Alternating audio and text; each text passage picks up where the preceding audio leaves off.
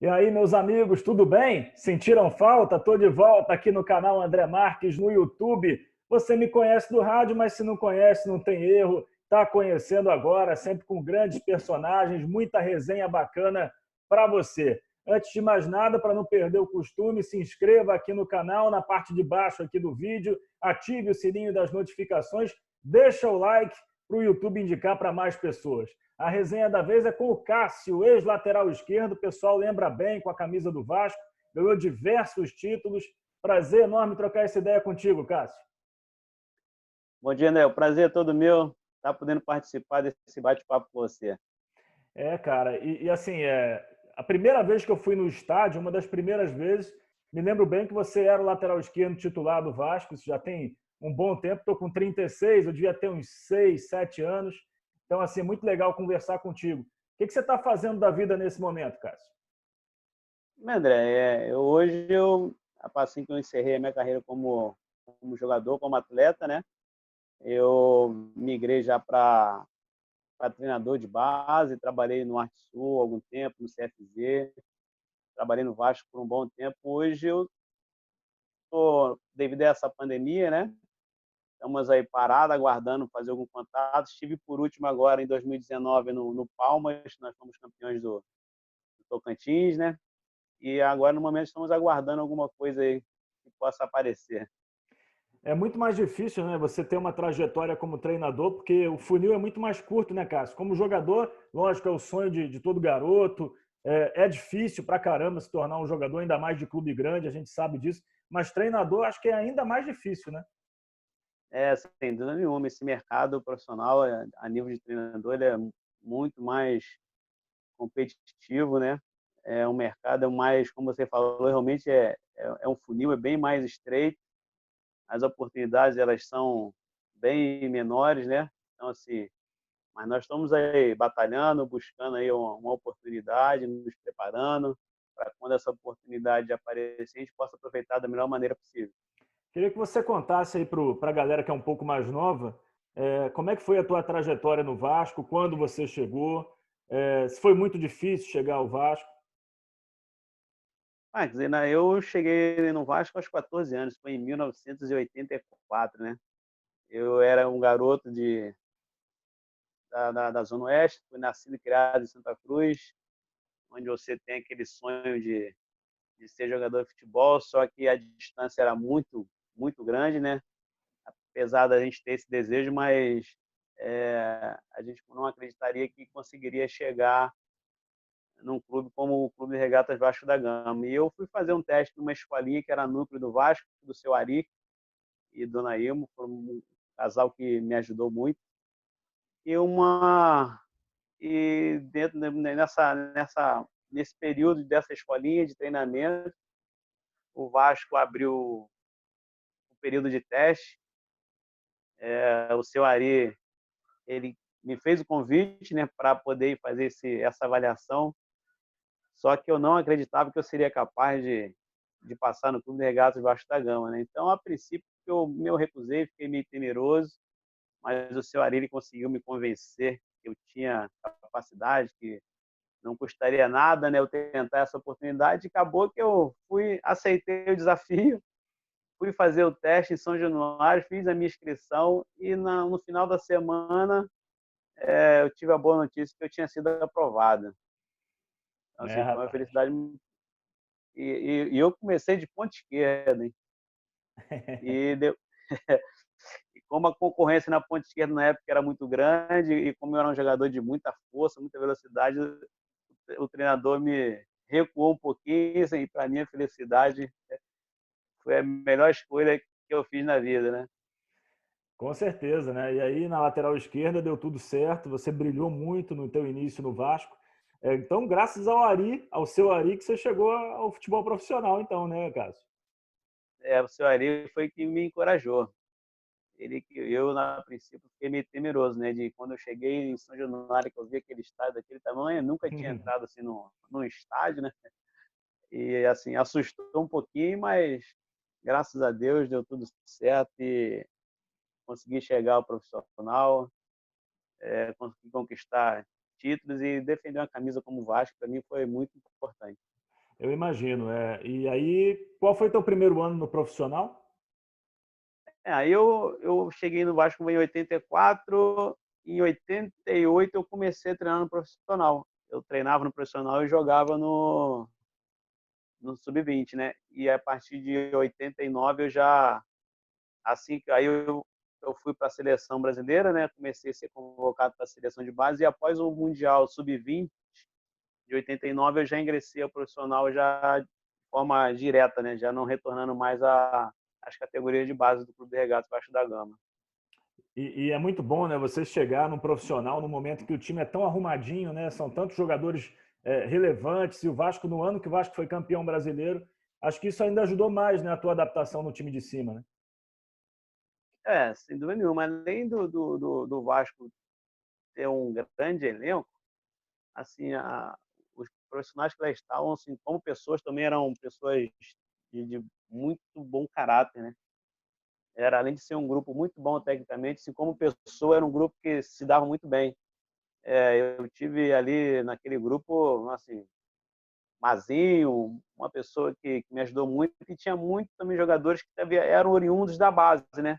Você tinha Mazinho, você tinha o William, você tinha Bismarck, você tinha Sorato, você tinha França, Giovani. Então, assim, tinha uma infinidade de jogadores que eram oriundos da base, então isso aí facilitava muito a nossa chegada, né? Com certeza. O Vasco sempre foi um clube formador, né? Um clube que apostou na sua base. E hoje em dia, mais ainda, até por necessidade, o Vasco continua apostando na base. E você trabalhou na base do Vasco. Você passou um período até longo, né? Acho que foram 6 anos, né, na base do Vasco. Queria que você contasse como foi esse período, que jogadores que hoje já estão na categoria profissional passaram pelas tuas mãos. Assim, eu trabalhei no Vasco, como você falou, durante 6 anos. Eu cheguei para trabalhar como treinador do Sub-13 em 2008 e assim passaram grandes jogadores, né? Era um período que o Vasco estava numa situação como está hoje, né? O Vasco vem há muito tempo lutando com essa dificuldade financeira, onde nós tínhamos dificuldade de campo para trabalhar, dificuldade de transporte, mas assim, como a camisa do Vasco é uma camisa muito grande, você ainda consegue, mesmo com toda essa dificuldade, o Vasco consegue revelar muitos atletas, né? Eu consegui trabalhar com um grupo de 95, que era aquele grupo do Thales, do Danilo, do Índio, e trabalhei até essa categoria do Andrei, do Pet, do Evander, do Douglas. Eu tive essas três faixas etárias, de 95 a 98, foram as faixas etárias que eu trabalhei durante todo esse tempo.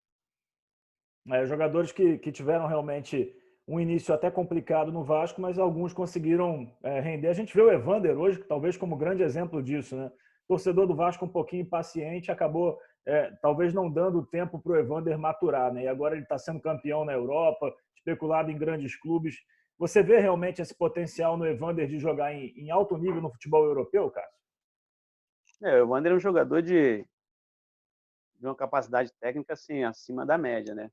Ele é um jogador muito técnico, ele bate muito bem na bola, ele tem uma perfeição no chute de média e longa distância que não é comum no futebol brasileiro, né? Um jogador de arriscar tanto de fora da área. O Evander ele tem essa característica. Acho que o que dificultou um pouquinho o Evander no início de carreira no Vasco da Gama, acho que é com relação à dinâmica, né? O futebol hoje em dia, o futebol ele pede uma participação maior do jogador a nível sem bola. Hoje o futebol hoje está mais dinâmico e assim, como o torcedor não teve essa paciência, né? O Evandro também acho que ele demorou um pouquinho a pegar isso aqui, tanto que hoje ele consegue fazer isso fora.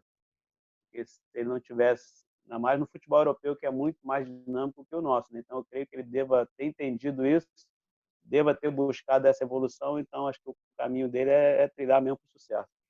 Qual a importância de um treinador na base? O que ele pode fazer para um jogador evoluir, Cássio? Porque a qualidade técnica, eu assim tenho para mim que nasce com o cara. Ele vai até aperfeiçoar com os treinamentos, enfim, com a didática do jogo, mas a qualidade nasce com o cara. O que o treinador pode fazer de diferencial para a evolução de um atleta na base? Assim, acho que principal participação do treinador na base é não atrapalhar o atleta, né? Aquilo que você falou, eu penso da mesma forma. Acho que você não ensina o futebol. Acho que você estimula e o jogador ele vai evoluindo. Você melhora um passe, você vai melhorar um domínio, você vai melhorar um pouco a sua dinâmica, a capacidade física, mas a sua intelectualidade do jogo, a capacidade de pensar é sua, né? Acho que o treinador tem que procurar fazer, o que eu procurar fazer é sempre estimular e tentar tirar cada vez mais do atleta, né? Assim, então, acho que quando você vê no atleta um potencial, acho que nós temos que fazer assim, é estimular e para que ele possa render cada vez mais, né? Então, essa questão aí de que o treinador ensina, a gente, claro, vai estimular, é que você falou, o jogador ele vai aperfeiçoando, né? Ele vai melhorando e aquele jogador que ele já tem a facilidade, ele já tem a qualidade, automaticamente a evolução dele é muito maior do que aquele jogador que tem uma qualidade técnica inferior a dele. Então, assim, acho que é estimular, é dar dificuldade, é procurar incentivar cada vez mais, estimular esse atleta, tirar o máximo que ele puder. E acho que a coisa natural do atleta que tem qualidade é desenvolver o potencial e deslanchar. Agora, é curioso, né, que assim, um bom desempenho na base não é garantia de nada no profissional, né? Porque é um universo completamente diferente. Você, como jogador, deve ter vivido isso, deve ter visto outros atletas com muito potencial que não conseguiram render no futebol profissional, deve ter visto outros que talvez não eram tão bons assim na base, tecnicamente falando, que conseguiram evoluir, chegar bem no profissional e como treinador também. Por que isso acontece, na tua opinião, cara? André, eu penso assim, que o futebol, a nível profissional, ele é mais fácil você se jogar, né? Porque você está do lado de grandes jogadores, ainda que o profissional seja um jogo mais dinâmico, você tem um pouquinho mais de espaço, você consegue ter um tempo maior para você fazer uma leitura de jogo, e na base é aquele jogo muito corrido. Na base, a intensidade do jogo ela é bem maior. Então, acho que eu penso assim, o que mais dificulta um atleta a desenvolver no futebol profissional aquilo que ele desenvolve na base é o psicológico. É a coisa da personalidade, né? Porque na base você joga para os familiares, para os amigos, e você não tem aquela a cobrança que tem dentro de melhorar um desempenho, aquela cobrança mais construtiva. Quando você chega no profissional, você está exposto a toda a mídia, né? A imprensa, o torcedor Uhum. já não é mais aquele torcedor que quando acaba o jogo ele vai te dar um abraço se você for mal. Não, é aquele torcedor que se o torcedor ele vai lá, ele quer que você jogue bem, que o time ganhe. E que se você por um motivo não alcance isso, não dê essa satisfação a ele, ele vai te cobrar. Então muitas vezes assim, se você não tiver personalidade para poder gerir bem essas críticas, né? Tanto aquelas que vão tanto as construtivas, né? Como aquelas críticas também que vêm para poder, que te expõem, o jogador ele tem essa dificuldade. Acho que a maior preocupação do atleta tem que ser nessa. Eu acho que o atleta tem que ser forte psicologicamente, tem que ter personalidade para que você possa desenvolver no profissional aquilo que você vinha fazendo na base. Você, como jogador, qual foi o grande treinador que você teve? O cara que mais te orientou, assim? Pode ser na base, no profissional? Pô, assim, eu tive grandes treinadores. Eu trabalhei com o Joel, trabalhei com o Abel Braga, com o professor Nelsinho, Vanderlei Luxemburgo. Então, assim, com cada um deles, com o professor Renê Simões, assim, com cada um deles eu aprendi um pouco de cada coisa, né? Você tinha lá o Joel, que era aquele cara mais paizão, você tinha o Abel, que é aquele cara que te abraça, você tinha o Vanderlei, que é aquele cara que te cobra mais a perfeição, o René, que é um cara muito didático. Então, assim, eu acho que um pouquinho de cada. O professor Nelsinho, que consegue tirar de você sem gritar com você, sempre falando daquela maneira dele bem tranquila, ele consegue tirar o máximo de você. Então, assim, é difícil falar um, até porque eu tive bons relacionamentos com todos esses treinadores. Então, assim, além de ser bons treinadores, como pessoa, para mim, foram muito importantes. Você, como treinador, dá pra gente colocar que você é um misto desses caras todos aí que você conviveu? A gente sempre tenta pegar pouco de cada, né? Mas acaba que você também tem a própria personalidade, né? Eu procuro ser amigo do atleta, eu procuro sempre, uma coisa que eu aprendi no futebol é você sempre falar a verdade para o atleta, né, para o jogador. Eu procuro trabalhar nessa linha, sempre falando a verdade, né? Sempre sendo muito claro naquilo que eu quero, naquilo que eu penso, para que você possa sempre ter o respeito e a confiança do seu atleta. E dentro dessa linha aí que você acaba de falar, eu imagino que você tenha tido, entre aspas, um certo trabalho na base quando você foi treinador do Thales, se bem que ele era muito novinho, né? Infelizmente o Thales já não está mais com a gente, já tem um período. E era um cara com um potencial gigante, né, no futebol, podia ter sido muito, muito, muito mais do que foi. Como é que foi o trabalho com o Thales? E queria que você falasse um pouquinho dele também aqui. Esses dias eu dei uma entrevista, a gente estava conversando, justamente falando sobre o Thales. O Thales era um atleta assim, extremamente dedicado, era um jogador que, taticamente, ele ajudava muito, ele tinha uma dificuldade muito grande em finalização. E quando nós começamos a trabalhar com o Thales, ele na época ele ficava até meio chateado comigo, porque eu sempre pegava ele à parte para que a gente pudesse fazer um trabalho específico. E ele se sentia meio que eu achava que eu cobrava muito dele tipo, pelo fato de eu treinar somente ele, né? Uhum. Ele se sentia menos do que os outros, ele achava que ele era pior do que os outros, mas não era, porque ele tinha assim uma dedicação muito grande em todos os aspectos do jogo, na parte tática, parte física, e ele tinha muita dificuldade na finalização. Então, na verdade, o que nós queríamos é tentar melhorar ele nesse aspecto, né? E assim, o que a gente vê assim, uma preparação também, a não preparação do atleta em relação a preparar o futuro, a saber o que ele quer, né? O Taz era um jogador de família pobre, de comunidade pobre, né? E quando ele começou a ganhar o dinheiro, ele não soube administrar aquilo que ele estava em mãos, né? Outra dificuldade também que nós temos na base é essa: o jogador ele ganha muito pouco e ele sai do pouco para muito Uhum. e não sabe lidar com essa situação. Acho que isso aí foi o caso do Thales, né? O que não faltou para o Thales foram conselhos. Eu mesmo, eu tinha essa liberdade com ele, cansei de falar com o Thales em relação às amizades que ele andava, o meio que ele andava. Você pode até ter conhecimento com as pessoas, mas aquilo não quer dizer, pelo fato de eu ter crescido com aquela pessoa, que ela tomou um caminho errado, que eu tenho que continuar fazendo a mesma coisa e andando com aquelas mesmas pessoas, né? Claro. A vida são escolhas. Uhum. Alguns fazem as escolhas certas, outros fazem errado. E o Thales ele não conseguia separar essa questão da amizade. Ele achava que todo mundo era amigo dele, né? E o Jorginho cansou de dar conselhos também para ele. Infelizmente, nós perdemos o Thales da maneira que foi, né? Dessa forma trágica aí. É verdade, tinha tudo para ter sido um excelente jogador realmente, até em termos de Europa pelo porte, pela dedicação. Pô, o Thales ele tinha todas as É, características. Um todas. jogador forte, né? Brigador, um jogador que prendia bem a bola na frente, um biotipo perfeito. Era um jogador, até assim, na base, o Thales nunca teve problema de peso. Ele sempre foi um jogador que tinha muito foco, muito centrado, dedicado, e chegou no profissional, começou a ter dificuldade de peso, de relacionamentos com outros companheiros, coisa que ele nunca teve na base. Assim, mudou totalmente a cabeça. Uma pena realmente o que aconteceu, mas enfim, fica de exemplo aí para que não aconteça com outros garotos que tenham essa oportunidade. Ô Cássio, queria que você falasse, agora voltando a falar mais da tua carreira como jogador, é, que momento você avalia que foi o teu principal momento no futebol?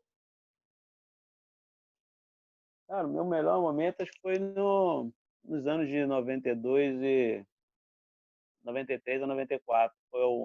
Onde nós conquistamos aí o tricampeonato do Vasco, onde eu cheguei à seleção brasileira com a do Falcão. Assim, foi um período da minha carreira, acho que foi um período muito bom até eu sofrer a minha cirurgia de pubis, né? Foi no finalzinho de 94, de 93 para 94, esse aí foi o pior momento, mas o meu melhor momento eu creio que foi de 89 a 93. Foi da minha subida, esses 4 anos para mim foram muito bons. E foram 4 anos muito bons mesmo também em termos de títulos, né? Brasileiro de 89, Carioca 92, 93, 94, o Brasileiro de 92, que também poderia ter sido do Vasco, né? Por um descuido ou outro, acabou não sendo, teve uma final carioca, mas o Vasco era o que jogava o melhor futebol daqueles três, hein, Cássio? Pô, aquele ano, assim, pior assim, a nós mesmos não acreditávamos que poderíamos ficar fora por tudo que nós fizemos dentro daquela competição. O time estava assim, o time era muito bom e estava num momento muito bom na competição, né? E nós perdemos os pontos para aquele time que era o Santos, que era o menos previsível de chegar naquela, de tirar pontos de alguém. E perdemos justamente os pontos que nós deixamos foi para o Santos, né? Os dois empates no Rio e o em São Paulo. O do Maracanã foi aquele 3-3, né? 3-3. 3 gols, se não me engano, do Paulinho, Isso. Paulinho McLaren. E 3 do Bebeto também. 3 do Bebeto, exatamente. Rapaz. Foi um ano, o Edmundo aquele ano jogou muito.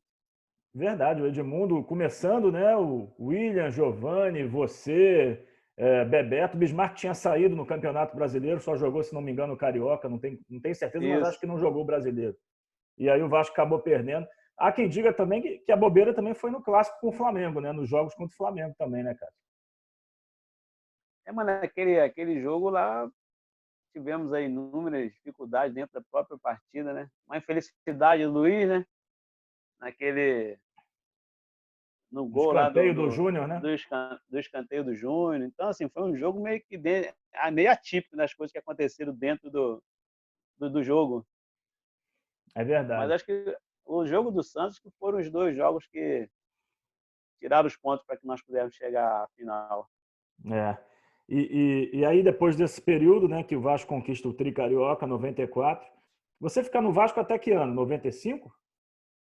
Eu fiquei no Vasco, fiquei até 95. Aí eu fui emprestado ao Fluminense, joguei o Brasileiro para o Fluminense, onde nós tivemos aquele jogo fatídico lá contra o Santos no Pacaembu. E depois eu retornei ao Vasco em 96. E aí, como é que se dá a sequência da tua carreira depois? Conta um pouquinho para a galera que está querendo relembrar Então, agora. na verdade, o Fluminense tinha adquirido o meu passe junto ao Vasco, mas como chegou no final do ano, o Fluminense não teve dinheiro para quitar a parte que faltava, e o acordo era eu ter sido retornado para o Vasco. Eu voltei para o Vasco em 96, aí joguei o Carioca, aí depois eu fui emprestado à Portuguesa em meados de 96, jogando brasileiro pela Portuguesa. Aí em 97 o Vasco me vendeu para o Santos, joguei em 97 pelo Santos, depois eu retornei à Portuguesa em 98, joguei o Paulista pela Portuguesa, depois fui ao Guarani e em 99 eu fui para a Alemanha. Joguei no Stuttgart de Kickers, joguei por 2 temporadas. Em 2001 eu voltei para o Goiás, aí no meados de 2001 eu vim ao América e depois do América eu encerrei a carreira. A carreira de jogador não tem muito jeito, né? São raros os caras que ficam muito tempo. Você até ficou muito tempo no Vasco, teve chance de jogar em outros grandes clubes. Como é que é pro cidadão, né? Essa história de tantas mudanças, né? Mudança de cidade, mudança de clube, logicamente de companheiros. Você tem que se entrosar de novo com uma galera de repente você não conhece, você já era entrosado com outra. Como é que é a vida do jogador nesse sentido, cara? É, é ruim, né? Essa questão de ficar mudando de clube, de cidade toda hora, é ruim para o atleta, como você falou, a nível de adaptação, né? Você chega numa cidade diferente, num clube diferente, aí você tem que mudar toda a sua estrutura familiar também, né? Que aí você não é só o atleta, você tem uma família por trás, né? Eu tinha filhos. Apesar dos clubes que eu tenho ido, os clubes terem me recebido muito bem, o grupo sempre fui muito bem aceito em todos os clubes que eu passei, não tive dificuldade de relacionamento em nenhum. A minha maior dificuldade era familiar, né? Porque aí você chega numa cidade, você se estabelece, você traz a família, os filhos estão na escola, e daqui a 6 meses você tem que trocar. Isso para mim era a maior dificuldade. Algumas vezes eu fui sozinho, e aí é ruim, porque eu sou uma pessoa assim, muito família, né? Sempre fui muito apegado à família. Então eu tinha essa dificuldade de ficar só. Então Como é para que, mim era complicado. como é que foi o período lá na Alemanha, né? Que foi a tua experiência fora do país? Opa, foi um período assim muito bom. Para mim, como experiência de vida, foi ótimo, né? E a nível profissional também. Eu só lamento ter ido tarde para a Alemanha. É um país assim onde eu fui muito bem recebido, né? O clube que eu fui também me recebeu muito bem. Fiz amigos, eu tenho amigos na Alemanha até hoje que me mandam cartão postal, que se falam, conheci brasileiras lá casadas com alemães e acaba que você cria esse vínculo, né? A nível assim de vida, uma experiência muito boa. A minha filha aprendeu alemão, tem esse idioma, né? Para minha esposa também foi uma experiência de vida muito boa. E profissional também, o futebol alemão, assim, eu joguei a segunda divisão, mas assim, uma competição extremamente organizada. Eu jogava num clube na segunda divisão que os jogos no final de semana em casa era 10 mil torcedores. É, bom público, né? Bom público, a nível de segunda divisão. Uhum. Então, assim, era um campeonato. Hoje diz que está muito melhor, né? E naquela época já era bom.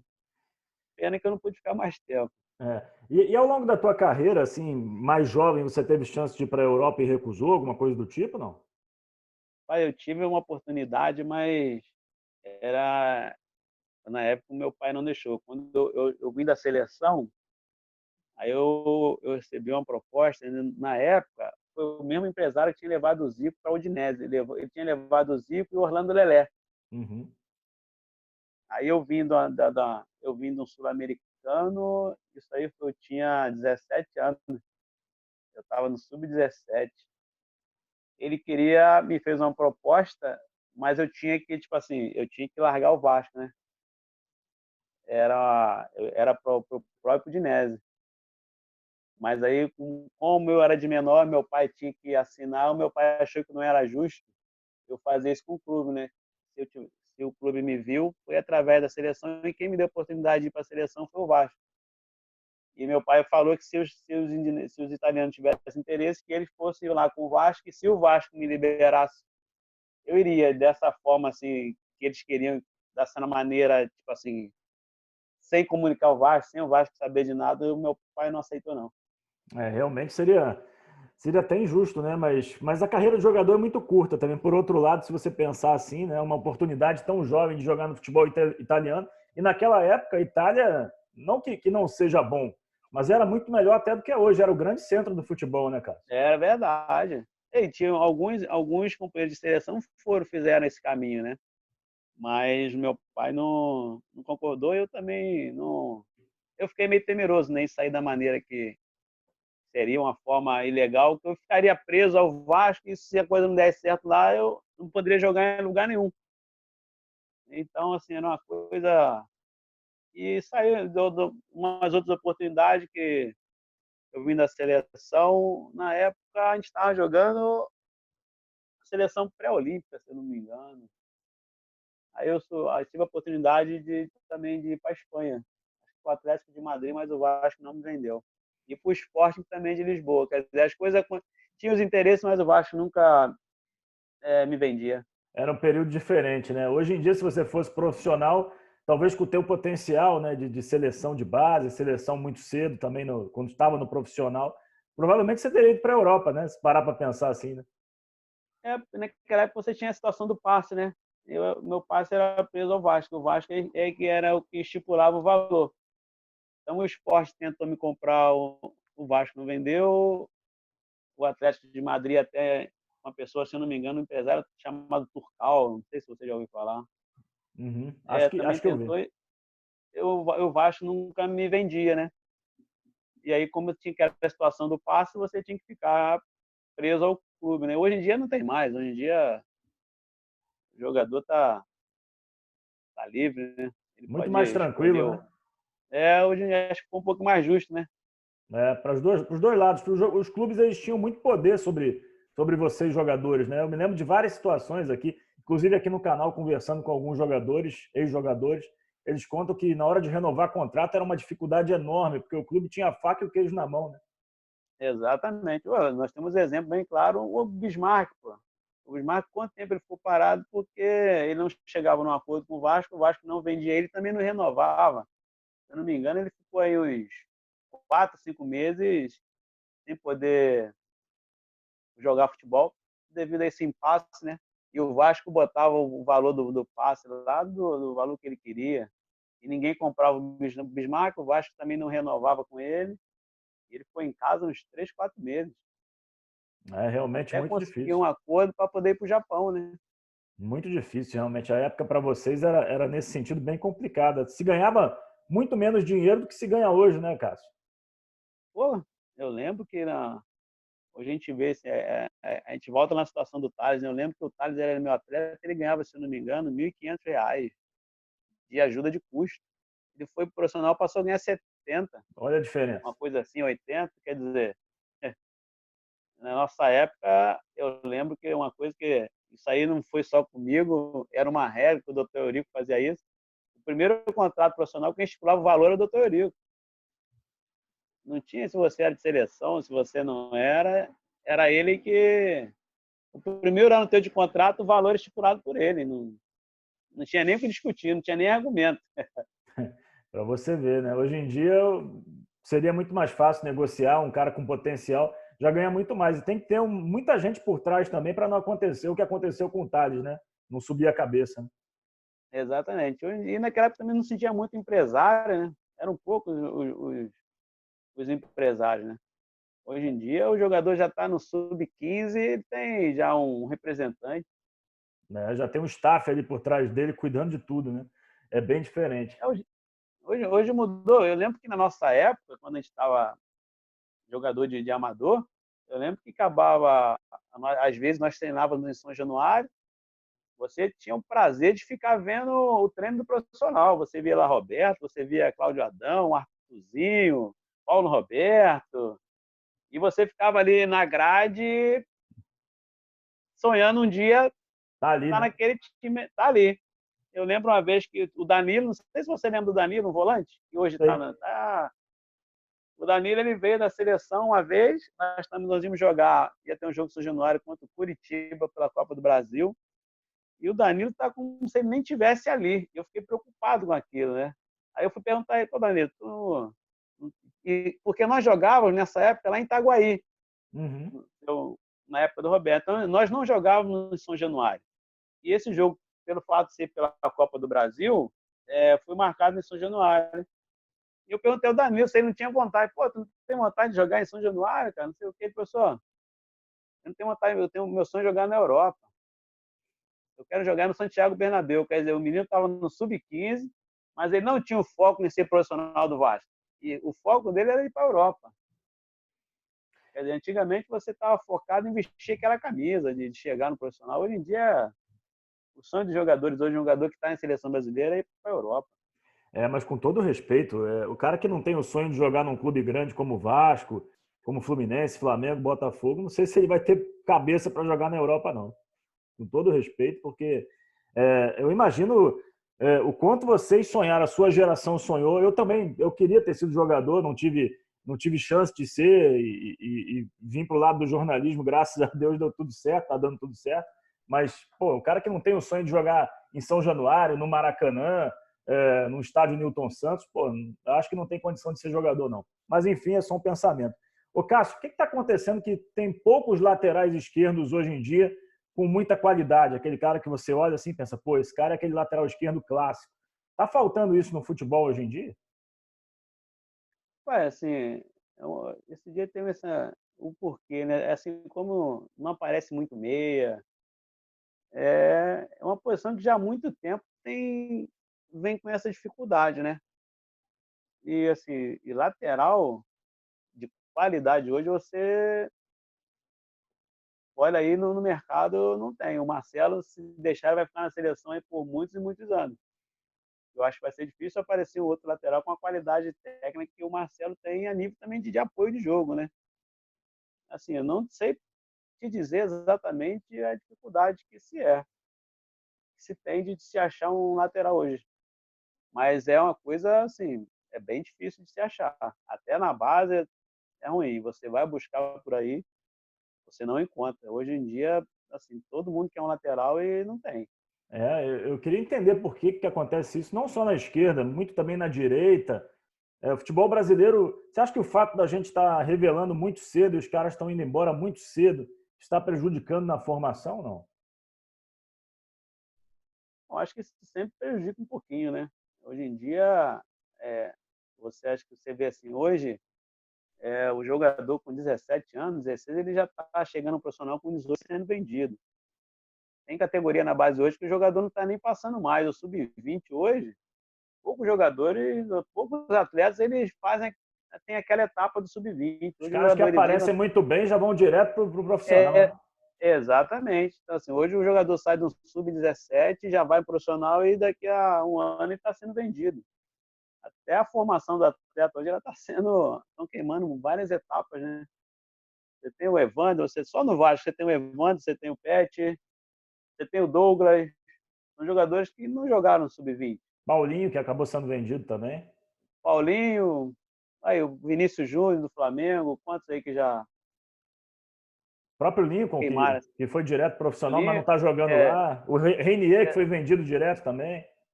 exatamente. Hoje em dia, assim, as etapas elas estão sendo ultrapassadas. Eu não sei se é a necessidade financeira do clube também. Aí nós não estamos, não estamos lá nessa questão financeira, né?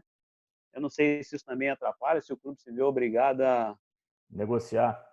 a negociar. Então, assim, são coisas que atrapalham, né? Você queima algumas etapas que são importantes na carreira, na formação do atleta. Na tua época de jogador, o cara para ser convocado, eu imagino que no dia que você foi convocado pelo Falcão, deve ter sido uma alegria enorme, porque você olhava para todos os times de primeira divisão do Brasil, todo mundo tinha um bom lateral esquerdo, então a disputa era muito grande, né, Cássio? Pô, com certeza. Você tinha Leonardo, você tinha Branco, você tinha o Paulo Roberto, você tinha Nonato, você tinha Roger. Então, assim, você tinha um número de atletas que você falou, e quando você chega a ser convocado, assim, uma alegria era imensa e saber que o seu trabalho estava sendo reconhecido, né? Então, assim, realmente foi um momento de muita alegria. É.